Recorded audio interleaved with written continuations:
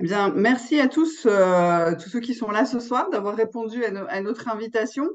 Alors, on va commencer par s'excuser parce qu'il y en a deux personnes de l'équipe qui devaient être là ce soir qui ne seront pas là. Donc, notre chef de projet, Cassandre Bonnet, qui a une excellente raison puisqu'elle a accueilli un petit Alix il y a un peu moins de 2 mois et donc elle s'occupe de son petit garçon, et notre collègue Frédéric Stenger qui a un empêchement ce soir, un impératif qu'elle ne pouvait pas déplacer. Voilà.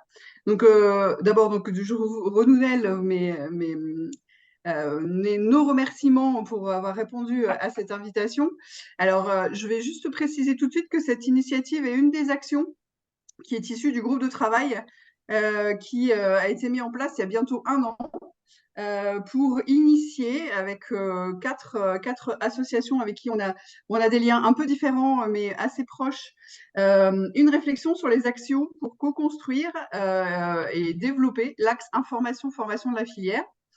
Et donc, je remercie, j'ai vu, je crois, déjà, les représentantes des associations de l'Association française du syndrome d'Angelman, l'Association française du syndrome de Rett, l'association de syndrome de Dravet et Fragile X France. Vous aurez au tout cours de cette présentation l'occasion de découvrir d'autres propositions que nous avons mises en place et que nous vous faisons. Juste un petit rappel avant de commencer, cette rencontre est enregistrée, comme peut-être vous avez eu l'information en vous connectant. Donc, elle sera ensuite diffusée sur le site de la filière et vous pourrez donc largement la redistribuer dans vos associations. Et le support de présentation vous sera envoyé. Donc, notre présentation à plusieurs voix donc ce soir va se dérouler en 3 temps. D'abord, on va vous faire une présentation succincte des filières de santé pour que vous puissiez nous situer, nos déficiences. Vous faire une présentation globale de la filière, son périmètre d'expertise et l'organisation de ces centres labellisés. Et enfin, une présentation des missions de la filière et un peu plus particulièrement de l'équipe opérationnelle avec qui vous pouvez être en relation. Et donc, pour débuter cette présentation, je laisse la parole à ma collègue Marlène. Bonsoir. Donc, je vais vous parler donc des filières de santé maladies rares et de leur fonctionnement. Je vais mettre la diapo qui suit. Les filières de santé maladies rares, donc on est piloté directement par le ministère de la Santé et donc nous portons les projets nationaux concernant la prise en charge des maladies rares sur l'ensemble du territoire français. Le plan national maladies rares, donc le PNMR, encadre et structure les engagements de la France contre les maladies rares. Il existe à ce jour 3 plans nationaux maladies rares. Donc, le premier a été lancé en 2005 et a permis en fait de mobiliser les professionnels impliqués dans les maladies rares grâce à la labellisation de 131 centres hospitaliers experts appelés centres de référence maladies rares. En 2011, a été publié le deuxième plan national maladies rares. Donc, ce deuxième PNMR a permis en fait de mutualiser les compétences de différents acteurs grâce à la création des filières de santé maladies rares.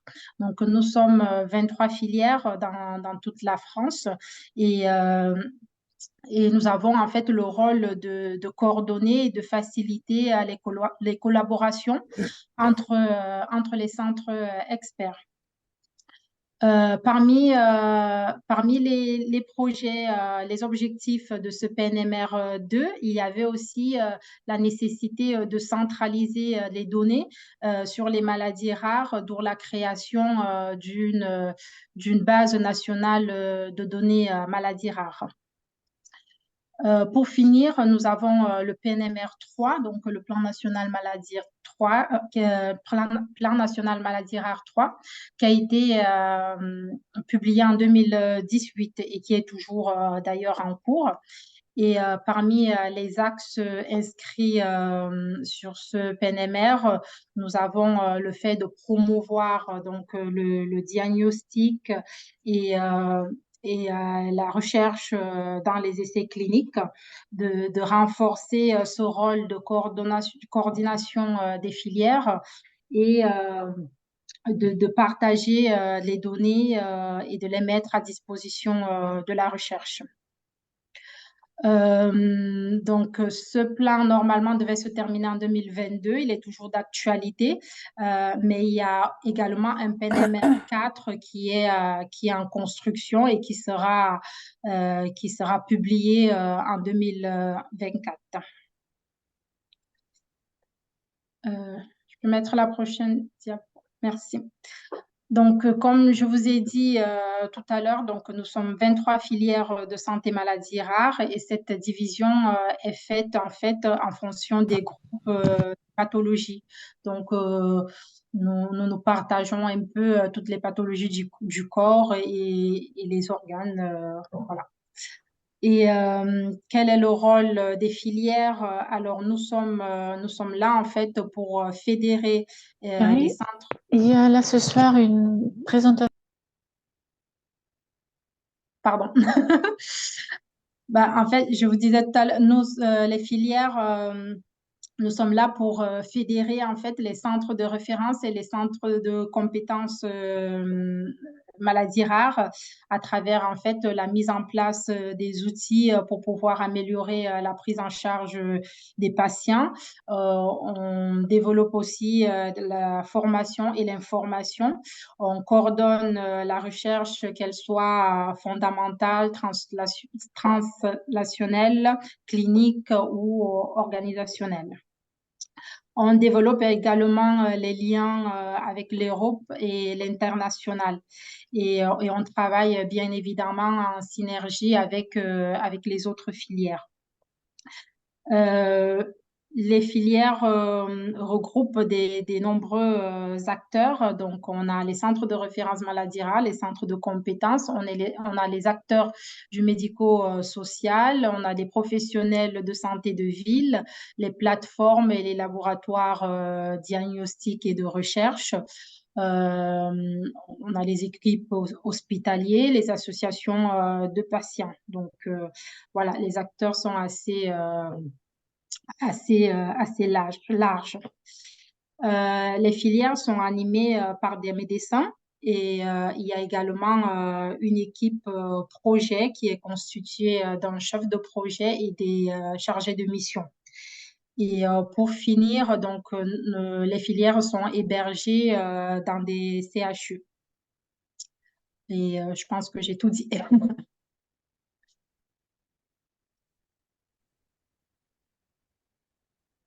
Alors, nous allons maintenant faire un petit focus, bien sûr, puisque c'est l'objet de notre rencontre sur la filière déficience. Je veux bien la prochaine. Je veux bien la suite, Jason, s'il te plaît. Voilà, merci. Donc, si vous êtes là, vous le savez mieux que nous sûrement, mais les troubles du neurodéveloppement donc, correspondent à un défaut de développement d'une ou plusieurs compétences cognitives attendues lors du développement psychomoteur et socio-affectif de l'enfant, qui entraîne un retentissement important sur le fonctionnement adaptatif, scolaire et familial et social. Et donc, la diversité des associations qui sont représentées ce soir montre bien, la diversité de l'expression de ces TND et des troubles ou des pathologies qui sont associées, telles que vous l'avez présenté sur cette diapo, qui sont assez multiples. Je veux bien la suite. Voilà. Alors, quelles sont les approches de déficience donc, parce que toutes les familles n'ont pas un diagnostic ou que celui-ci peut prendre du temps à être posé, Déficience recommande, ou en tout cas, une double approche, qui est une approche syndromique, c'est-à-dire en prenant en compte la spécificité de chaque syndrome, et fonctionnelle. Donc, ainsi, il est possible donc, de prendre en compte la spécificité de chaque syndrome, mais également le spectre d'expression de celui-ci pour chaque individu concerné.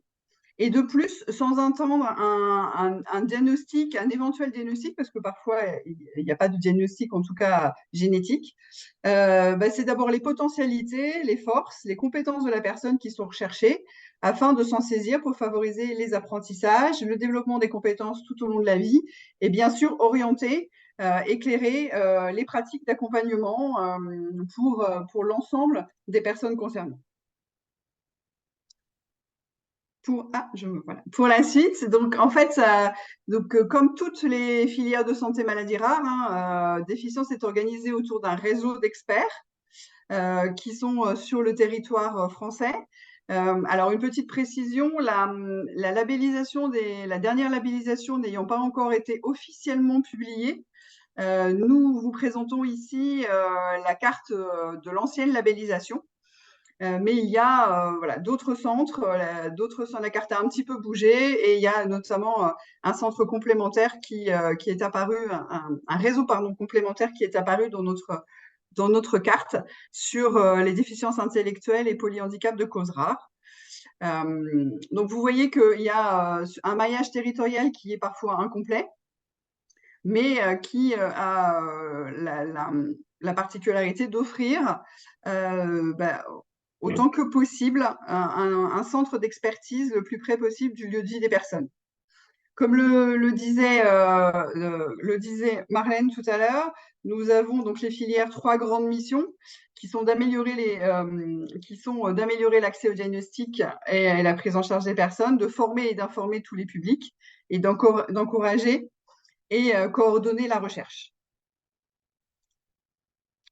Je veux bien le suivant. Voilà. Donc, nous avons donc 5 réseaux actuellement et le 6e qui fera l'objet d'une communication particulière. Donc, ces 5 réseaux qui sont déficience intellectuelle de cause rare, épilepsie rare, maladie rare, expression psychiatrique, syndrome de Prader-Willi et obésité de cause rare avec troubles du comportement alimentaire et malformation et maladie congénitale du cervelet. Chaque centre de référence coordonnateur a donc un centre coordonnateur et puis des centres qui sont constitutifs et qui sont des centres et d'autres centres de compétences. Donc, vous avez ici la cartographie de la répartition sur nos 5 réseaux thématiques pour à l'heure actuelle, ce que nous pouvons diffuser à l'heure actuelle. Alors, quelle est la différence entre un centre de référence constitutif et un centre de compétences? Je veux bien la suite. Voilà, merci. Donc, les centres de référence. Pour être labellisés centres de référence, alors certaines associations ont participé très activement à la dernière campagne de labellisation, donc vous connaissez les choses par cœur, mais pour les autres, c'est peut-être bien de le resituer. Un centre de référence est labellisé quand il a une file active minimum de 75 patients sur la maladie rare représentée. Il coordonne une filière de soins, si possible, quand il y a de l'aval notamment, sur un bassin de population. Il organise donc l'accès à l'information. Il a un rôle d'appui et de conseil auprès de ses pairs. Il a une prise en charge pluridisciplinaire et pluriprofessionnelle. Il y a toute une activité autour de programmes de recherche. Il participe aux actions de formation et d'information sur les maladies rares avec l'appui de la filière ou en coordination avec la filière. Ce qui est important aussi, c'est qu'ils reçoivent une enveloppe financière pour répondre à leur mission. Les centres de compétences, pour être labellisés, ont une file active qui est de 25 patients minimum,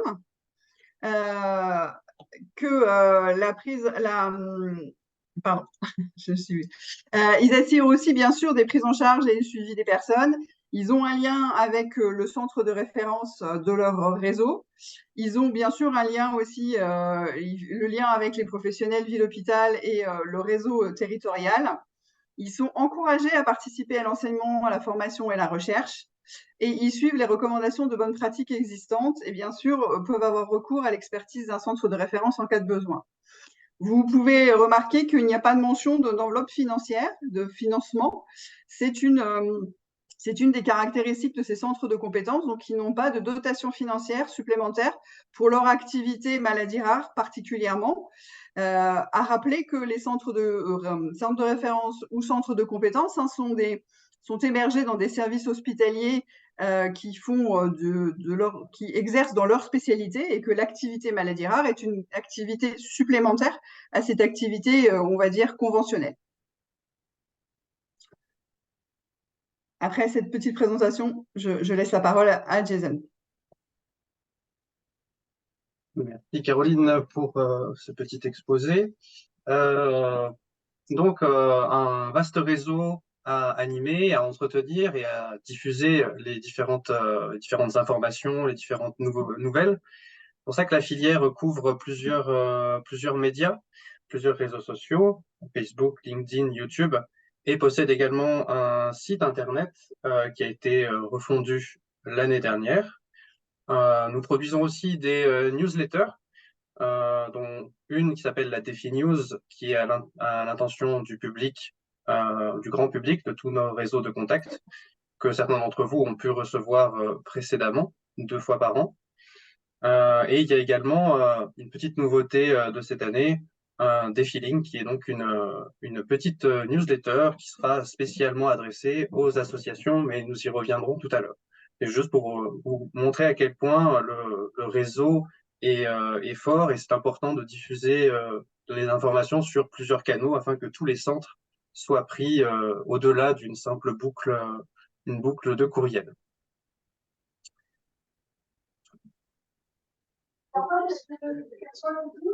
Hop. Donc, on va rentrer dans le cœur du sujet et voir un petit peu les missions, l'équipe d'Efficience, les projets passés, présents, futurs, et comment tous ensemble, on peut construire de nouveaux projets et atteindre de nouveaux objectifs, entre guillemets, en termes de soins, d'accès au parcours de soins, de diagnostic, de communication et de projets communs. Donc, on l'a évoqué tout à l'heure, les 3 missions principales de Déficience, qui sont les mêmes pour la plupart des filières. Donc, c'est bien pour que vous compreniez les axes sur lesquels on travaille de notre côté. Caroline et Marlène les ont évoqués tout à l'heure, mais on trouvait important de les remettre dans le cœur de ce que la filière essaye d'accomplir. Donc, je le redis, améliorer l'accès au diagnostic et à la prise en charge des personnes, informer tous les publics sur les maladies rares, encourager et coordonner la recherche fondamentale. Et c'est vraiment sur ces 3 axes que les missions de l'équipe vont s'articuler. Donc, on va en profiter pour faire un petit tour d'horizon justement de cette équipe, pour que vous puissiez comprendre le fonctionnement, quelles sont les personnes et à quel endroit vous pouvez intervenir et vous pouvez discuter avec nous. Donc, pour rentrer un petit peu dans le fonctionnement de la filière en elle-même, elle est composée essentiellement d'un comité de direction qui rassemble les coordonnateurs des centres de référence. C'est la direction opérationnelle qui est au centre de ce graphique. Donc, c'est un réseau de 5 médecins, maintenant 6, et un animateur national qui est le professeur Vincent Desportes. Je reviendrai dessus juste après. Et il y a plusieurs échelons de gestion de cette filière.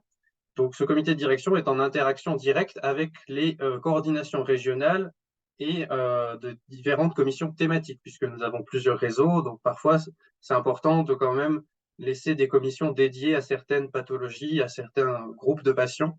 Donc, il y a quand même des commissions thématiques, mais la coordination est quand même plutôt régionale grâce au centre de référence que Caroline a évoqué précédemment.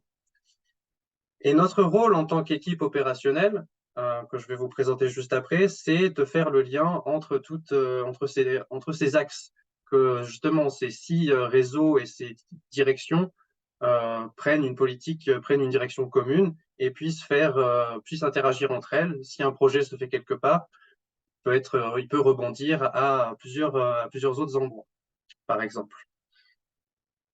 Il y a également un comité stratégique et d'orientation qui est composé des médecins coordonnateurs de centres de référence, des représentants des centres de compétences et également, là c'est un des maillons sur lequel les associations peuvent s'insérer, entre guillemets, c'est dans ce comité stratégique et d'orientation.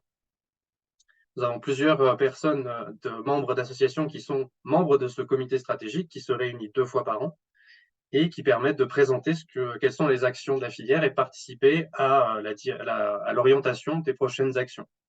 En général, c'est soit en visioconférence, soit en présentiel. On essaye d'alterner pour quand même continuer à créer du lien en physique, le plus souvent à Paris. Donc, on a quelques membres qui sont ici ce soir. Il y a tout un processus pour pouvoir participer à ce comité d'orientation, mais ce n'est pas le seul moyen d'intervenir dans la filière. Comme vous le voyez, il y a plusieurs flèches qui vous permettent aussi d'intervenir au niveau des coordinations régionales et dans des commissions thématiques. Et on va le voir, grâce à notre travail en tant qu'équipe opérationnelle, on essaye aussi de faciliter ces échanges et ces projets faits en co-construction.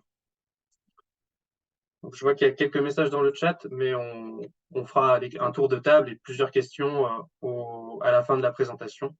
On va finir de présenter justement cette équipe opérationnelle et on pourra répondre à vos questions juste après. Donc, l'équipe opérationnelle, la voici. Elle est composée de 6 personnes, avec en tête le professeur Vincent Desportes, qui est l'animateur national de la filière, avec qui nous avons de nombreuses interactions. Filière qui est donc toute l'équipe est basée à Lyon, toute l'équipe opérationnelle est basée à Lyon, à l'hôpital Femmes-Mères-Enfants, au sein des hospices civils. Vincent est donc assisté par Cassandre Bonnet, qui est notre chef de projet, comme l'évoquait Caroline, qui elle ne peut pas être présente ce soir. Et Caroline, Marlène, Frédéric et moi sommes les chargés de mission sur différents sujets que nous allons aborder point par point juste après, et nous allons évoquer les points sur lesquels on peut travailler ensemble, association, équipe opérationnelle. Du coup, je vais évoquer tout d'abord le profil de Cassandre, qui est donc la chef de projet de la filière, qui a pour mission de coordonner l'ensemble des projets de la filière et par extension de l'équipe opérationnelle. C'est elle qui fait le lien entre les centres et les différentes instances et différents acteurs, que ce soit en interne comme en externe. C'est elle qui assure la cohérence politique financière de la filière, en coordination bien sûr avec Vincent, qui est sur le pôle plus médical et santé, bien entendu. On peut mener plusieurs missions, vous pouvez mener plusieurs missions avec elle, notamment développer et rentrer dans ce comité stratégique que j'évoquais tout à l'heure. C'est elle, votre interlocutrice principale dans la relation que vous pouvez construire avec la filière. C'est un peu l'incarnation de l'esprit et de la politique de la filière. C'est elle qui valide donc les projets de partenariat et qui prend les décisions en duo avec Vincent. Et c'est elle qui peut aussi vous faire le lien avec, si vous avez besoin de contacter un centre avec qui vous avez du mal à accéder ou à avoir les bonnes personnes, notre réseau est là, et notamment Cassandre est là pour faciliter les échanges. Ou elle peut déléguer de notre côté également aussi, si on est sur des sujets qui se rapprochent des nôtres. Notamment, je vais terminer ma petite présentation en parlant de mon rôle en tant que chargé de mission. Donc, pour ma part, je suis chargé de mission base de données et outils numériques, c'est l'intitulé du poste. Mes 3 principales missions sont d'organiser les réunions de concertation pluridisciplinaire, trouver le bon outil, permettre aux médecins de s'y connecter, permettre des échanges et donc faciliter le diagnostic, une des missions qu'on évoquait précédemment. Je suis aussi chargé d'harmoniser les pratiques de codage des maladies rares que font nos médecins. Donc, ça a un côté un petit peu plus technique, puisque chaque fois que des patients sont amenés dans les cabinets ou dans les hôpitaux, il faut réussir à coder les maladies, les identifier pour pouvoir faire des recherches et pour pouvoir améliorer la recherche et le suivi du diagnostic et de l'accès aux soins. J'ai aussi toute une mission de communication. Donc, c'est moi qui ai en charge la politique sur les réseaux sociaux, sur le site internet, et qui rédige la plupart des newsletters, la plupart des posts, et donc qui établit un calendrier de communication sur lequel on peut donc échanger, vous en tant qu'association et moi en tant que chargé de mission. Et justement, quelle mission peut-on mener ensemble? Si vous avez besoin de diffuser de l'information ou de diffuser tout support, vous pouvez me contacter aussi. On peut reposter certains éléments sur Facebook, LinkedIn, On peut partager des vidéos sur YouTube. On est aussi un petit peu sur Instagram. On a commencé cette année. Donc, on a essayé de couvrir un petit peu un vaste éventail de supports pour faire vivre la recherche et les autres éléments autour des troubles du neurodéveloppement. C'est moi également qui organise la présence sur des congrès et des événements. Donc, si jamais vous souhaitez participer à un congrès avec nous, c'est des actions qu'on mène depuis 1 an et demi maintenant, 2 ans. Certains d'entre vous ont pu venir avec nous sur des événements. On peut essayer d'organiser, d'avoir des badges, d'avoir un stand un peu plus grand pour que les associations soient avec nous sur les congrès. Dans la limite des places disponibles, bien entendu. Et comme je le disais un peu plus tôt, c'est moi qui m'occupe aussi des newsletters. Et donc, s'il y a des choses à faire remonter, des projets qui vous tiennent à cœur, on peut les diffuser grâce à nos réseaux. Et donc, vous pouvez aussi venir vers moi, comme je gère aussi les pratiques de codage et les études qu'on peut faire grâce à ces statistiques. Si des études sont à mettre en place, vous pouvez venir vers moi pour avoir ces données.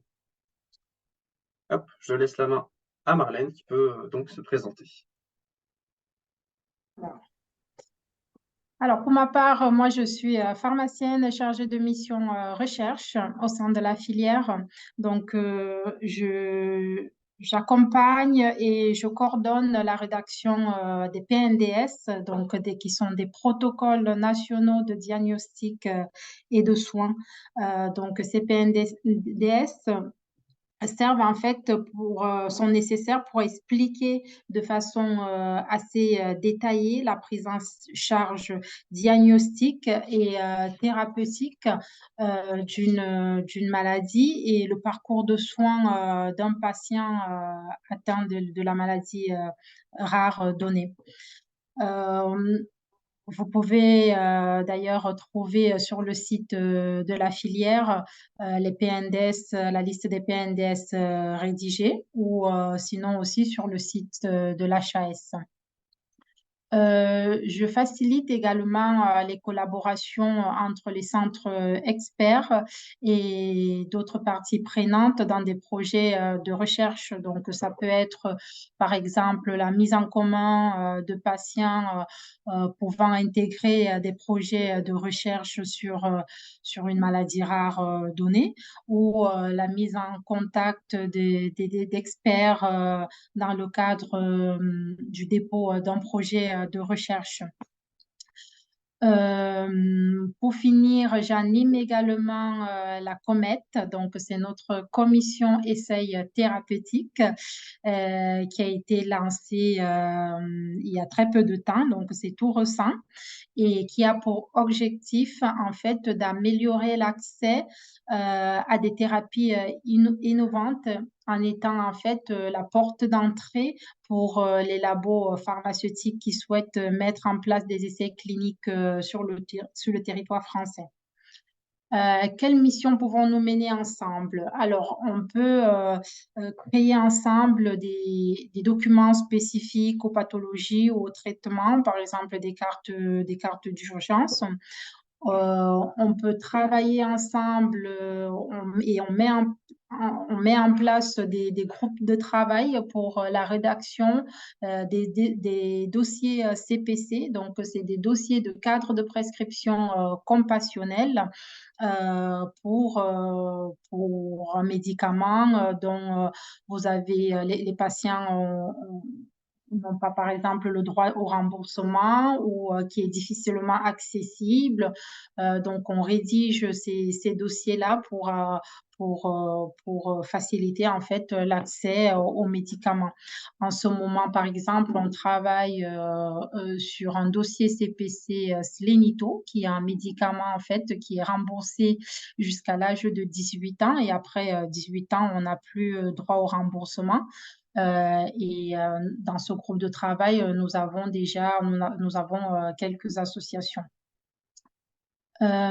Pour finir, donc, à travers la commission essai thérapeutique, nous pouvons vous solliciter ou vous pouvez nous solliciter pour vous accompagner parce que cette commission est là, en fait, pour permettre aux associations aussi d'accompagner les patients et leurs familles en s'appuyant sur l'expertise, en fait, collégiale du comité.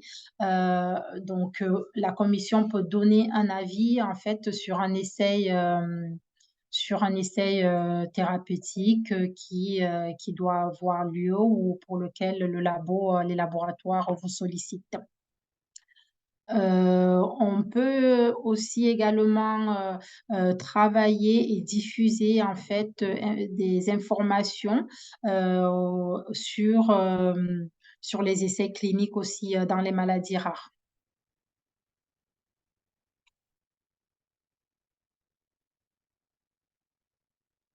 Merci Marlène. Hop, hop, passe à la diapo suivante pour Frédéric. Oui, donc je vais me permettre de faire la petite présentation de Frédéric qui n'a pu être là ce soir, donc qui est aussi chargé de mission formation. Elle est en charge au sein de la filière d'organiser les 2 diplômes universitaires qui sont portés par la filière, de développer les projets de partage de bonnes pratiques. Et elle est aussi en charge d'assurer la gestion administrative du centre de référence déficience intellectuelle de Lyon. Alors, comment vous pouvez travailler avec elle et sur quel sujet vous pouvez la contacter?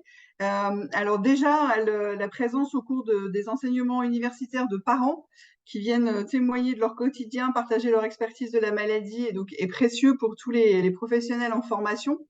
Alors, qu'ils soient plutôt du secteur médico-social pour ce qui va être du diplôme interuniversitaire déficience intellectuelle et handicap mental, et du secteur médical, puisque le DU trouble du neurodéveloppement est réservé aux médecins. Donc, mais par contre, elle est le point d'entrée pour pouvoir porter cette parole et coordonner et organiser avec vous cette inclusion de témoignages sur les parcours de vie, sur l'annonce du diagnostic, sur les premiers signes d'alerte, voilà, de tout ce que vous pourrez partager avec ces futurs professionnels ou ces professionnels en formation.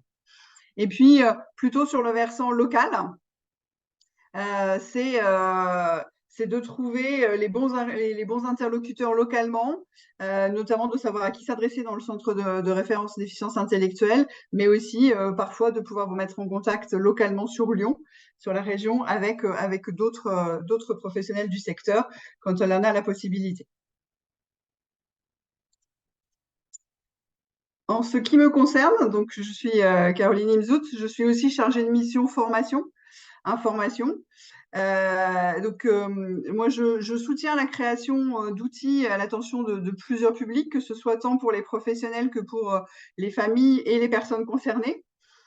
J'ai en charge de développer des journées et des formations transdisciplinaires, multi-supports et ouvertes aussi aux parents, aux professionnels, ce qu'on a pu déjà faire, et d'accompagner les équipes à la création de programmes d'éducation thérapeutique et de se former aussi à l'éducation thérapeutique. Donc, quelles sont les missions qu'on peut mener ensemble?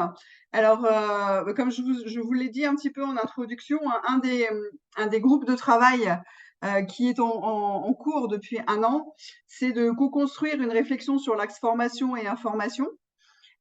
Et donc, voilà, ce webinaire en est un exemple. Jason a parlé aussi de DefiLink.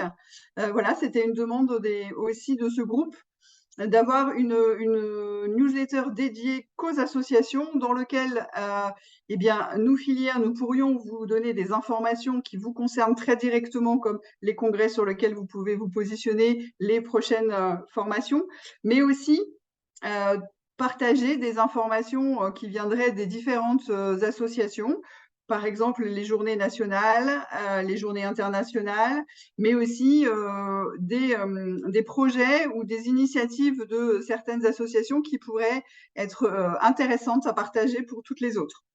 Donc, on a eu le premier, j'espère que vous l'avez eu, on a eu la première DefiLink il y a quelques mois, avant les congés. La prochaine, voilà, on s'était dit, la prochaine sera avant la fin d'année. Donc, n'hésitez pas à vous rapprocher de Jason ou de moi pour vous assurer que si vous ne l'avez pas reçue, que vous receviez la prochaine. Elle est aussi très largement à diffuser au sein de vos associations. Un autre groupe de travail, c'est la création de supports d'information faciles à lire et à comprendre. Donc, c'est un groupe de travail qui est mené avec ma collègue de la filière Handirard, Gwendoline Guillot. Mais on a dans le groupe des parents d'associations. On a une organisation de travail qui est par semestre. On a 4 réunions en visio, avec entre la 3e et la 4e réunion un temps de test des supports que nous avons construits.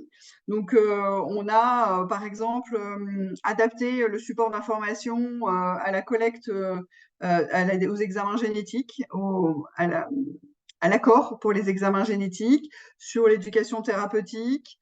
On a travaillé des fiches qui expliquent les syndromes à partir du syndrome d'Angelman et du syndrome sur MIT1L. Fiches qui sont à disposition et qui ont été pensées pour qu'elles soient facilement adaptables pour d'autres syndromes, donc à diffuser sans modération. Et on va travailler sur le prochain semestre sur le thème de la transition ado-adulte et sur l'explication des professions que l'on peut trouver dans les centres de référence pour les personnes accompagnées. On a aussi proposé mettre en place des webinaires sur des thèmes variés. Alors, le premier, en tout cas, d'une série, là, on a co-construit aussi avec plusieurs associations, 7 associations qui sont aussi en commun pour certaines avec Handirard, une série de webinaires à destination des parents sur le thème de la vie affective et sexuelle. Donc, vous aurez l'information là, elle est sortie aujourd'hui d'ailleurs. Normalement, en début d'après-midi, on a commencé à lancer la communication. La programmation est entre le 14 novembre et le mois de mai prochain, de l'année prochaine, d'une durée de 2 heures. Vous trouverez dans le support que l'on vous mettra tous les liens pour aller voir le programme et vous inscrire. Une autre chose que l'on peut faire ensemble, c'est produire des supports pour permettre la parole des associations et notamment la parole des parents, de leur expertise du quotidien. Alors cet après-midi, j'étais avec 2 mamans qui ont des enfants qui ont le syndrome de Joubert. Et eh bien, on a filmé leur témoignage sur plusieurs thématiques de leur parcours de vie. L'annonce diagnostique, la fratrie, l'entrée à l'école, l'entrée dans l'adolescence, ce qu'elles ont envie de dire à d'autres parents qui ont ce syndrome. Et ces témoignages sont disponibles sur notre site, sur la chaîne YouTube de la filière, mais aussi pour certains dans un module syndromique qui est à destination aussi de tous, mais qui a la particularité d'avoir des éléments qui ont été captés avec des centres de référence, avec des médecins des centres de référence sur la partie médicale, avec une petite animation sur la génétique, et puis qui est complétée, qui est enrichie de paroles de parents. Et puis ensuite, soutenir la réalisation de colloques, de journées et de formations. Eh bien, au mois de novembre prochain, par exemple, on a une journée sur le syndrome d'Angelman à Marseille. Donc, on a eu beaucoup de sollicitations et ça arrive encore très régulièrement d'avoir des sollicitations pour qu'on puisse aller former dans un établissement. C'est clairement pas possible avec les disponibilités de nos médecins. C'est pas qu'on ne veut pas, mais on n'a pas la capacité sur une maladie rare d'aller former sur un établissement. Donc, quand c'est possible, eh bien, on ouvre là sur la région de Marseille. On s'appuie sur l'association, bien sûr, qui va communiquer auprès de tous ses adhérents. Les adhérents, on espère qu'ils vont aller communiquer auprès des établissements médico-sociaux où sont hébergées leurs familles pour pouvoir qu'il y ait suffisamment d'inscrits. Et on a aussi à Marseille une coopération avec les équipes relais handicap rare. Et on a une journée qui est animée, chaque atelier est animé par un parent, un professionnel de la thématique qui a été retenu et un professionnel du centre de référence ou libéral quand on le peut. On a aussi pu être soutien administratif d'organisation, des colloques par exemple de DTC et DDX 3X qui vont se tenir au mois d'octobre et au mois de fin septembre et mi-octobre. Donc on a pu mettre notre solution, puisque ce sont des petites associations, on a mis notre solution en ligne d'inscription que vous allez un peu connaître si vous commencez à suivre nos événements, puisqu'on s'en sert beaucoup. On l'a mis à disposition, on a aidé à la gestion voilà, de ces inscriptions et on sera présente, Marlène pour le colloque DTC et moi sur le colloque des DDX 3X pour aider à la logistique de la journée, l'accueil et que ça se passe le mieux possible. Sur certaines, il y a aussi des captations qu'on peut ensuite après mettre sur le site de la filière. Et puis, il y a les formations à l'éducation thérapeutique. De plus en plus, on encourage les équipes à se former avec un parent qui sera après parent expert sur le programme d'éducation thérapeutique qu'ils vont construire. Alors, les professionnels ont la possibilité de se former auprès de leur établissement où ils exercent, hein, mais souvent, il y a une place ou 2 par an. C'est un peu difficile d'avoir plus. Donc, la filière organise des sessions de formation en équipe.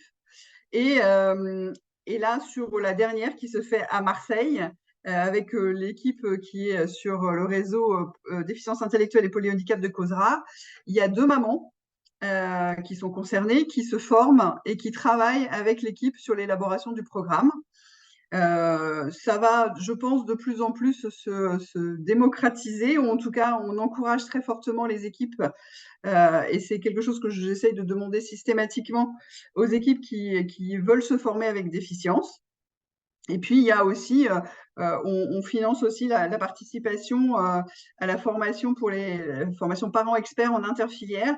Et là, on a 1 ou 2 places maximum par session, donc c'est un peu moins large.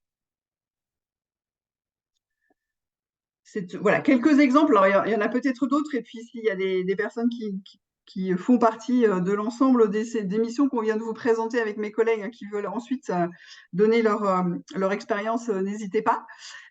Et puis, et bien ensuite, il y a quelques dates et quelques événements qui sont à venir, justement. Donc, il y a plusieurs liens actifs, hein, donc vous pourrez, quand vous aurez le support, aller directement sur les fiches d'inscription, notamment. Donc, il y a effectivement la conférence internationale sur les déficits en créatine, donc DTC, au mois de septembre, la conférence DDX 3X, les journées sur le syndrome d'Angelman, les webinaires, un point aussi, une journée importante qui tient à cœur du groupe de travail sur l'information-formation. On vous convie à une journée de travail avec les associations sur justement cet axe information, formation et communication. On est 6 à travailler là, ce petit groupe, parce qu'il fallait que l'on puisse d'abord débrouiller le sujet. Et on vous convie à nous rejoindre pour enrichir sur les thématiques qui nous ont semblé importantes, enrichir la réflexion, voilà, l'élargir, l'éclairer, et puis essayer de partir avec quelques actions concrètes et réalistes qui seraient à mener ensemble pour l'année 2024. On a aussi un petit peu en filigrane, bien sûr, la labellisation de la filière qui interviendra l'année prochaine. Et ce groupe et cette journée du 14 décembre qui aura lieu à Paris, c'est aussi l'occasion de pouvoir réfléchir à ce que l'on pourrait mettre dans cette labellisation en ce qui concerne simplement l'axe information-formation. Vous retrouverez sur notre site internet les paroles de parents, dans le centre de documentation de la filière qui a été rénové, le site de la filière a été rénové en début d'année. Donc, on espère qu'il est plus convivial et plus ergonomique.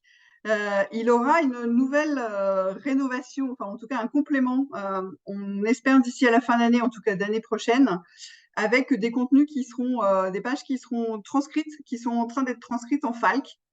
Donc, toutes les pages socles du cycle Internet auront un petit accordéon en haut qui permettront d'accéder au contenu transcrit en FALC. On travaille avec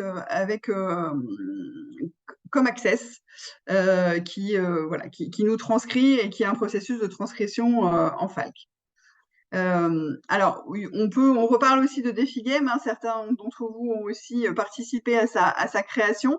C'est un jeu sérieux à diffuser auprès des médecins de proximité ou aussi des professionnels de santé. Qui reparle du diagnostic différentiel sur les TND, qui s'appuie aussi sur un parcours autour de la délétion 22q11 pour parler des troubles psychiatriques associés à une maladie rare. Et le dernier scénario est autour de l'épilepsie et du syndrome d'Angelman, donc avec une déficience intellectuelle et un trouble du neurodéveloppement plus important.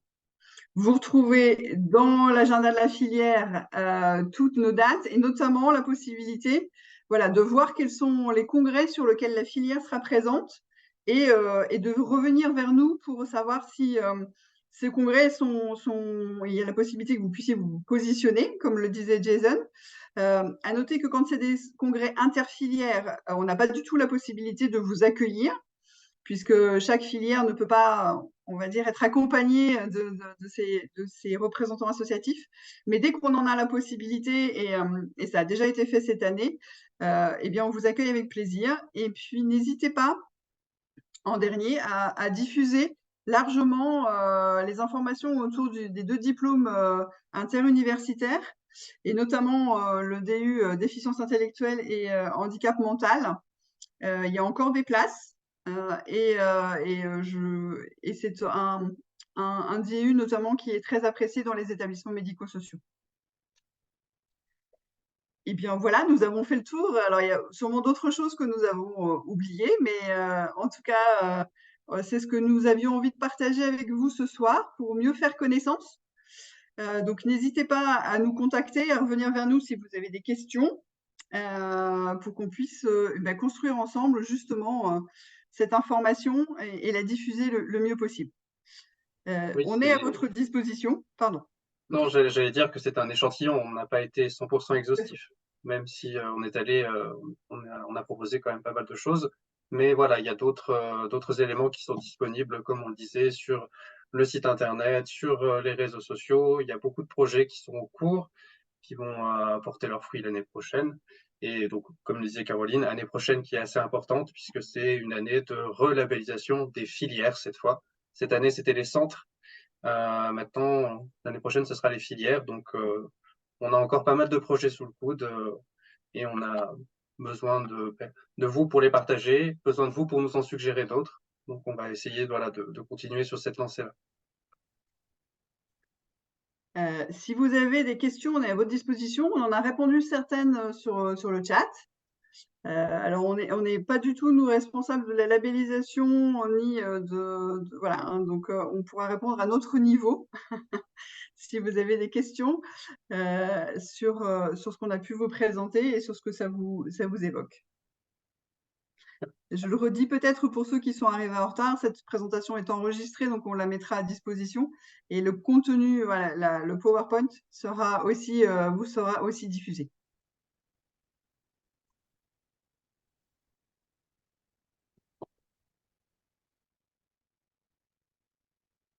Il n'y a pas de questions. Est-ce que éventuellement il y a des associations avec qui on travaille, parce qu'il y a peut-être d'autres qu'on connaît moins, et c'est aussi pour ça qu'on avait pensé à faire ce webinaire. Est-ce que certaines avec qui on travaille seraient intéressées pour partager leurs expériences?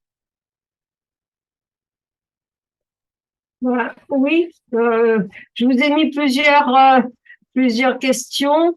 La trisomie 21, qui est une maladie rare du neurodéveloppement en France et pas en Europe. On aimerait bien votre aide pour le colloque. J'avais demandé l'année dernière pour le colloque qui a eu lieu à Bourg-en-Bresse, puisque c'est nous en France qui avons inauguré cette idée d'une journée mondiale qui est le 21 mars. J'aimerais bien discuter. On n'a pas établi complètement le programme pour celui de 2024, mais j'aimerais bien discuter avec vous. Voilà. Et puis, je vous ai posé une petite question sur ComAccess, si vous pouvez nous transmettre les coordonnées éventuellement. Vous voulez mon mail? Enfin, vous devez l'avoir, mon mail. Vous voulez que je vous le donne? Si vous êtes inscrite par l'inscription, on a tous les messages, donc on note ces questions-là, et puis vous n'hésitez pas à revenir effectivement vers nous pour. J'avais été à la magnifique conférence qui a été organisée. Je pense que c'est par Vincent Desportes et par vous à Paris, à la Cité universitaire en juin. C'était Marlène, voilà, c'était Marlène qui était en charge de l'organisation avec effectivement. Que normalement, on faisait partie de Trisomie 21, devait faire partie, mais bon, bref, peu importe, du moment qu'on travaille ensemble, c'est pas une question d'ego. Voilà. Tout à fait. On a commencé d'ailleurs par nos modules syndromiques, par Trisomie 21. Oui, parce que c'est bon, Saint-Étienne, etc. Mais je posais la question. Moi, j'ai des collègues sur Paris-Cité, en génétique, en biochimie, en modèles animaux, etc., qui pourraient être très intéressés sur une grosse université comme ça, de faire un module, d'autant plus qu'il y a un relais handicap, comme dirait ma collègue, santé-handicap. Et il y a moyen de monter un tel diplôme sur Paris-Cité. Donc, je vous vends la chose. Alors là, on prend. Nous, on n'est pas décisionnaire mais on prend. Essayer de la monter. Voilà. Moi, je suis pas très jeune, mais je peux mettre en relation, faire quelque chose. Merci. En tout cas, merci pour ce webinaire. Merci à vous. Je vois que Claire a la main levée. Oui, bonsoir. Claire Onillon, je suis administratrice Fragilix France. J'avais déjà fait remonter l'idée à Claire, notre secrétaire, qui avait dû vous remonter. Dans une revue Vivre Ensemble, j'avais vu un article d'une API du sud de la France qui avait fait un MOOC pour sensibiliser et sur le handicap intellectuel. Et je trouve que la création de MOOC en ligne permettrait de multiplier l'information et la sensibilisation à plus de professionnels. Les formations présentielles sont bien, c'est très bien fait, mais on sait très bien qu'aujourd'hui, les gens ne prennent pas le temps de se déplacer. Et moi, je trouve que ce serait encore plus efficient de développer des MOOC sous l'exemple de ce que j'ai vu sur, je ne sais plus quel département c'était. Et c'est une histoire d'un MOOC, c'est plus que vous avez commencé à diffuser en ligne, vous mettez toutes les informations sur une même maladie rare, mais c'est plus que ça, c'est donner l'information, différents types d'approches, enfin différents angles, soit psycho, soit comment dire, médical, éducatif. Et les gens s'approprient. Et après, il y a des tests pour valider, comme un petit. Aujourd'hui, on parle de badge dans d'autres univers professionnels, pour valider le fait d'avoir un badge sur une maladie spécifique. Et je trouve que ça pourrait être un plus pour les professionnels qui accompagnent nos jeunes à tout moment de la vie. Et ça donnerait, parce qu'aujourd'hui, Internet, les MOOC, ça se diversifie beaucoup. Tout ça, c'est un coût. Nous, association, c'est encore des bénévoles qui vont passer du temps pour travailler avec une structure qui va créer le module. Enfin, ça existe. Mais bon, voilà, si c'était les filières qui pouvaient développer ça, vous avez développé les formations présentielles, pourquoi pas se mettre sur des MOOC? Parce que quand vous l'aurez défini pour une maladie, je pense qu'après, c'est des copier-coller dans le mécanisme. Donc, voilà. Alors, je vais répondre rapidement. Deux choses. D'abord, n'hésitez pas à venir si vous le pouvez le 14 décembre parce que ça fait partie des questions, des ateliers qu'on va travailler, dont on ouvre la question sur qu'est-ce qu'on peut faire, comment diversifier l'offre de formation parce qu'effectivement, on a une expérience avec Fragilix France d'avoir fait plusieurs journées en présentiel et notamment une qu'on a dû annuler parce que les professionnels ont du mal à se mobiliser. Donc ça, c'est la première question, la première réponse. La deuxième, donc les MOOC, c'est les Massive Open Online Courses, donc c'est les cours massifs en ligne. On en a déjà évoqué. Alors, le souci qu'on a, c'est pas forcément, enfin, ça reste quand même de faire du contenu, ça c'est sûr, parce qu'il faut que nos experts soient disponibles. Et ça reste quand même très compliqué parce qu'ils ont une activité clinique qui est excessivement importante. Et donc, il faut qu'on arrive à dégager du temps. Et l'autre, c'est qu'une fois que les contenus sont faits, il faut aussi modérer. C'est-à-dire que quand le temps de formation est ouvert, il faut qu'il y ait quelqu'un qui regarde ce qui se passe, qui donne des réponses. Et il faut aussi que ce soit un expert qui le fasse. On a 5, pour vous le dire très vite, on a 5 réseaux thématiques. Donc, effectivement, on aurait pu imaginer un MOOC, puisqu'en général, ça se fait sur 6 semaines, où on aurait un réseau qui aurait une semaine, voilà, avec un syndrome peut-être emblématique, etc. Mais ça veut dire que pendant cette semaine-là, nos experts sont disponibles enfin, ils donnent beaucoup de leur temps. Et ça reste aussi compliqué. Donc, on y viendra peut-être à un moment donné s'il y a plus de force. C'est l'hypothèse d'un MOOC interactif, mais ça peut être un MOOC. Il faut quand même, il faut quand même modérer, parce que si vous mettez, enfin voilà, on peut en rediscuter. Vous venez le 14 décembre, on discutera avec plaisir. Je travaille. Voilà. Mais Claire, Claire sera là de toute façon, puisqu'elle fait partie du groupe de travail sur la diversification et sur la réflexion de la formation. Mais les contenus comme ça, il faut quand même qu'il y ait un minimum de modération, même s'il n'est pas très interactif. Voilà, donc ça demande du travail, mais ça peut être une piste effectivement qu'on n'a pas écartée.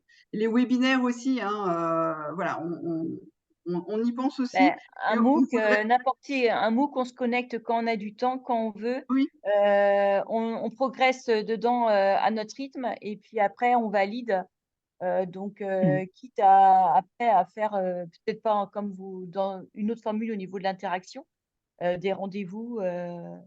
Oui, tout à fait. Mais quitte à avoir un budget, le mettre sur ça, je trouve qu'on touchera plus de monde et la galère de la logistique en présentiel. Oui, tout à fait. Bon, on en rediscute, je note en tout cas. Et puis on en rediscutera et enfin, ça fera partie des choses évoquées la journée du 14. Merci. Il y a Elodie qui a une main levée. Oui, bonsoir. Alors, moi, je suis infirmière à Toulouse, c'est dans un SAMSA qui s'occupe de personnes atteintes de la trisomie 21. Alors, j'ai juste une question rapide par rapport à votre présentation et à vos différents rôles au sein de la filière. Comment dire? On cherche, nous, on a pour projet d'évaluer un petit peu comment dire, le déclin cognitif qui serait lié au vieillissement de la population avec finalement le dépistage d'une maladie d'Alzheimer qui arriverait précocement chez les personnes qui sont atteintes de la trisomie 21. Donc, bref, on chercherait des cabinets de neuropsychologues qui seraient en capacité de faire passer des tests avec des outils adaptés à ces personnes-là.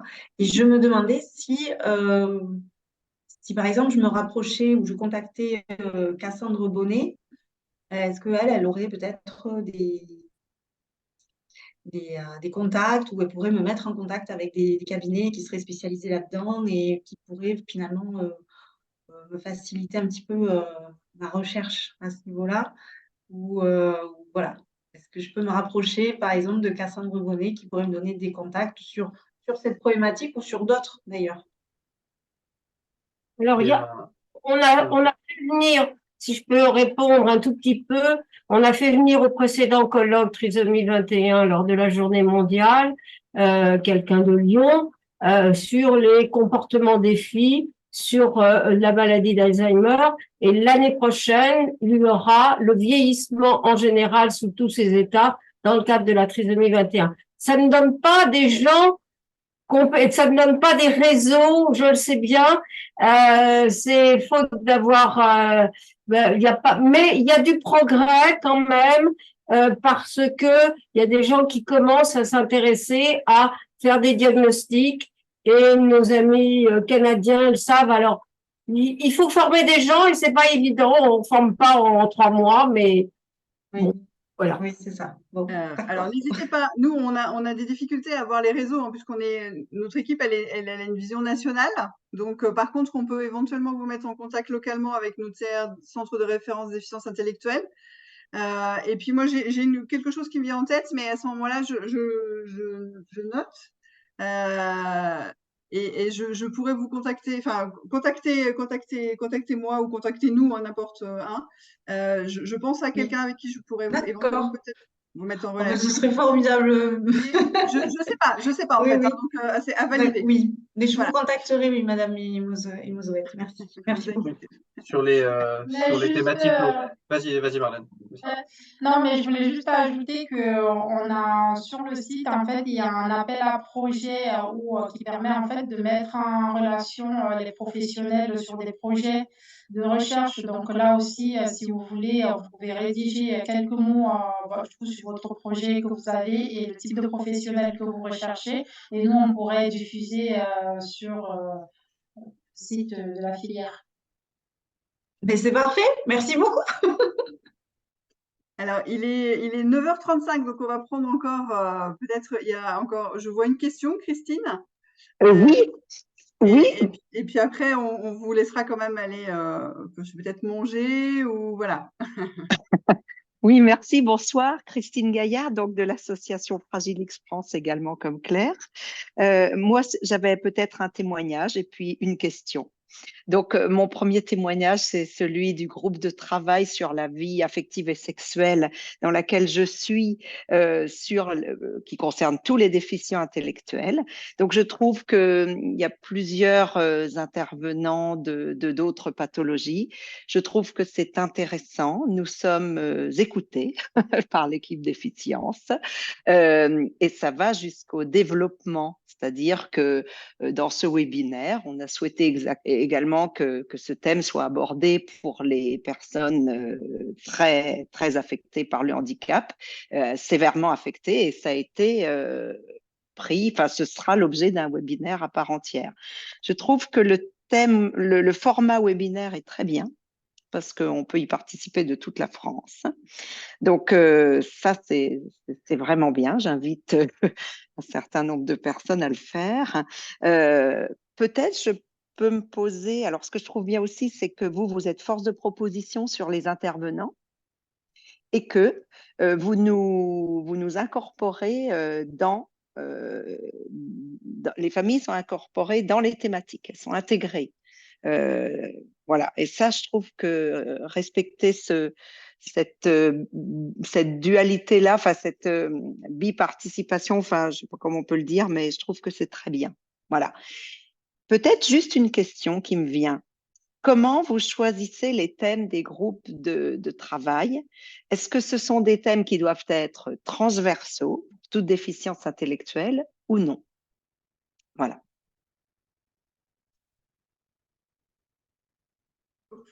Les thèmes de travail, oui, on est une vocation, nous, à être une équipe qui est au service de tous les réseaux.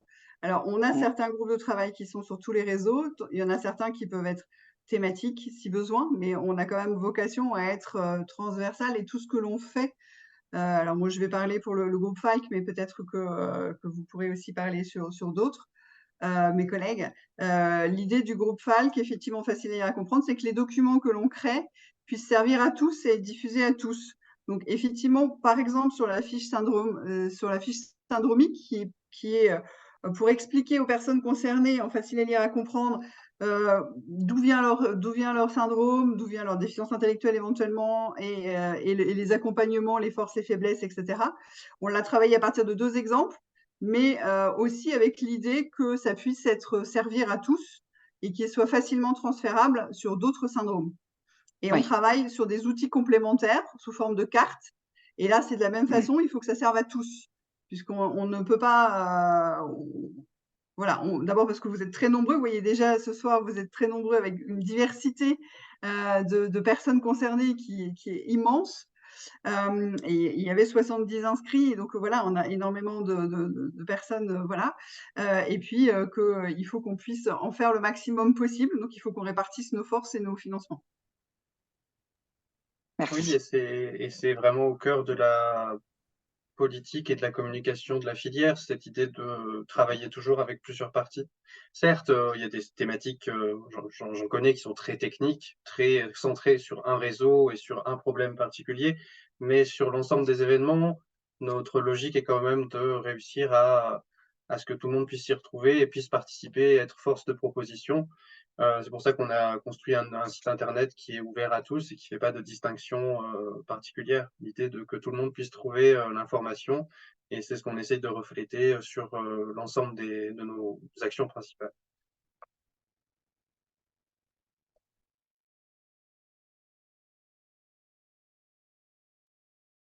On va peut-être s'arrêter là. Je vais juste rebondir sur une association qui disait l'expérience des autres associations vont aussi beaucoup nous aider. Et donc, c'est aussi l'objectif de la journée du 14 décembre. C'est effectivement de travailler tous ensemble, comment on peut tous ensemble améliorer la communication et l'information et la formation. Mais c'est aussi, il y avait un des thèmes de travail on souhaite proposer, c'est comment peut-être avoir une communauté des associations d'efficience. Parce qu'il nous a été dit qu'il y a des choses qui se font au sein de l'Alliance Maladies Rares, mais que ça correspond pas forcément aux spécificités des associations qui sont dans déficience, et que des choses très intéressantes qui se font dans une association peuvent tout à fait servir à d'autres et s'entraider aussi entre associations qui sont donc une des missions voilà, qui nous a été demandé d'assumer au sein de Déficience, c'est aussi de pouvoir vous aider à avoir ce lien entre associations et avec nous, et donc et de construire voilà, les réponses qu'on peut apporter sur les différentes choses. Donc n'hésitez pas à venir voilà. Pour la journée du 14 décembre, c'est 2 représentants par association maximum, parce que et des personnes de l'association qui sont particulièrement concernées par l'information et la formation dans votre association. Et il y aura aussi des personnes de l'équipe opérationnelle ici, et des personnes que l'on appelle équipe relais, qui sont des personnes relais, qui sont dans les centres de référence et qui sont nos contacts et nos homologues chargés de mission dans les centres de référence. Voilà. Si vous n'avez plus de questions, sinon, de toute façon, s'il y a encore des... nous avons accentué le vieillissement est une thématique sur laquelle... Oui, tout à fait. Il n'y a pas de groupe de travail effectivement sur le vieillissement. Voilà, comme vous répondez, Jason, c'est le volet adulte de la prise en charge adulte et vieillissement notamment est quelque chose qui est à développer dans la filière pour avoir aussi, mais c'est aussi une question de ressources de professionnels qui sont difficilement disponibles sur le territoire. Donc voilà. J'avais une dernière question qui me vient suite à certaines interventions. C'est la problématique du territoire sur d'avoir des professionnels neuropsy, psychiatres spécialisés dans le DI, déficience intellectuelle. C'est un gros problème aujourd'hui. Nous, il faut faire 50 km pour avoir quelqu'un qui sache prendre nos jeunes et nos adultes. Est-ce que la filière a pu avoir un impact de mobilisation nationale au niveau de, je sais pas, d'inciter à ce que les gens fassent ces métiers, se spécialisent dans les maladies, enfin, j'en sais rien, comment dire. On a quelques initiatives qui commencent à se développer en local pour l'instant. Je ne sais pas si vous avez entendu parler du stage immersion handicap qui a eu lieu dans plusieurs régions. Ouais. Et notamment pour la région lyonnaise, je sais que on fait partie de l'organisation de cette initiative. On a des collègues de centres de référence en Bretagne aussi qui ont participé à l'organisation de ce stage qui permet aux étudiants en médecine de 2e année d'aller dans des établissements médico-sociaux. Et sur les 2 années qu'on a réalisées depuis 2021, il y a quelques vocations qui se sont créées, et c'est dans cette logique-là qu'on propose aux étudiants ce stage qui est désormais inscrit à la faculté de Lyon Sud, par exemple. Donc si à terme on peut institutionnaliser ces rendez-vous un peu partout en France, ça fait partie de ce genre d'action qui peut créer des vocations et permettre d'avoir de nouveaux médecins en local, surtout sur les domaines de la psychiatrie, psychologie. Et donc, on peut faire ce genre d'action, et on est à l'écoute des propositions sur lesquelles on pourrait aller aussi, puisque c'est vrai que on a notre réseau Maladies Rares Expression Psychiatrique qui s'est développé grâce à la dépénalisation, mais qu'on veut quand même encourager, puisque ces métiers sont quand même très importants. Merci. Et j'ajoutais, comme on l'a dit tout à l'heure, diffuser largement le DU, déficience intellectuelle, parce qu'il a 15 ans l'année prochaine. Il a fait ses preuves vraiment pour les professionnels qui l'ont suivi. Là, cette année, il n'a pas fait le plein et il pourrait ne pas ouvrir cette année. Donc, n'hésitez pas à la session de cette année, n'hésitez pas à diffuser l'information auprès des établissements, à les relayer à tous les contacts que vous avez. Nous, on n'a pas toujours les contacts en local, hein, on diffuse aussi, mais ou nous faire remonter. N'hésitez pas aussi à nous faire remonter des contacts qui vous paraîtraient intéressants à ce que l'on connaisse pour pouvoir diffuser l'information au plus près. Voilà. Ouais, il est 21h45, on va quand même laisser tout le monde profiter de sa soirée. On vous remercie d'avoir été aussi nombreux. Merci à ceux qui nous remercient. Et puis, n'hésitez pas, donc on est à votre disposition hein, pour construire ensemble les réponses les plus adaptées et avec les moyens que l'on a aux personnes qui sont concernées par les pathologies de la filière déficience. Merci beaucoup. Merci. Et au 14 décembre, pour ceux qui… Merci Lara, au 14, je compte effectivement sur toi puisque tu es une animatrice. Mais à tous ceux, n'hésitez pas à nous rejoindre. Merci, bonne soirée. Merci. Merci. Bonsoir. Au revoir. À bientôt. Bonne soirée. Bonsoir. Bonne soirée. Bonne soirée. Bonsoir. Merci. Vous aussi.